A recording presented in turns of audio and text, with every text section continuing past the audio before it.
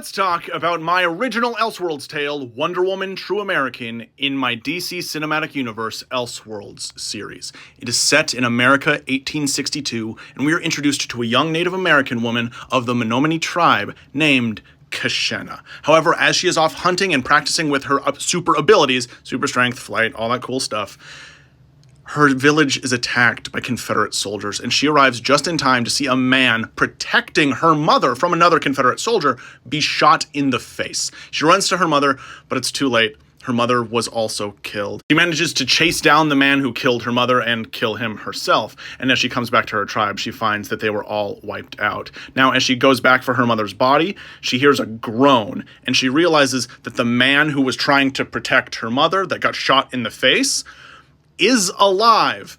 And then he starts screaming because the fire that was set in this village spreads to him, and half of his face is horribly burnt. We cut to the next morning. That man is waking up with bandages all over his face, and Keshena is asking him who the hell he is. And he introduces himself as Sergeant Jonah Hex, the former Confederate soldier. He had only recently joined the army, and this was his very first thing he was ordered to do, and it was slaughter natives. And he's not about that, because Jonah himself is half native. In my DC Cinematic Universe, this Elseworld, Jonah Hex's origins are identical to his comics origins, only the reason his father sold him to the Apache in the first place is because a member of the Apache was Jonah's actual father.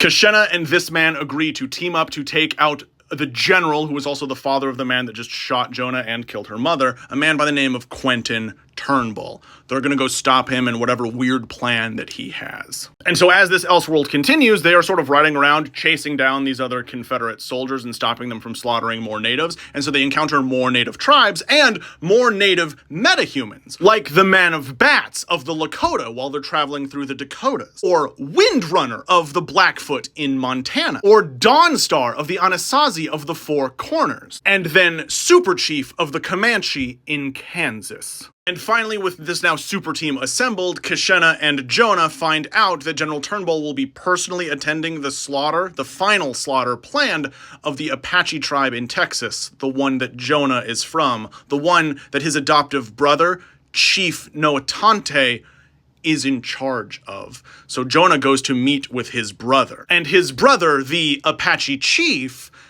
has a power of his own. He can summon a massive glowing avatar of power and protect his people. And so now they have a super team of super Native Americans, and they whoop the Confederacy's ass. And if you're wondering, wow, this doesn't have like too much specific details in it. Yeah, I don't think I'm the dude that should be writing a story about natives whooping the shit out of the Confederacy.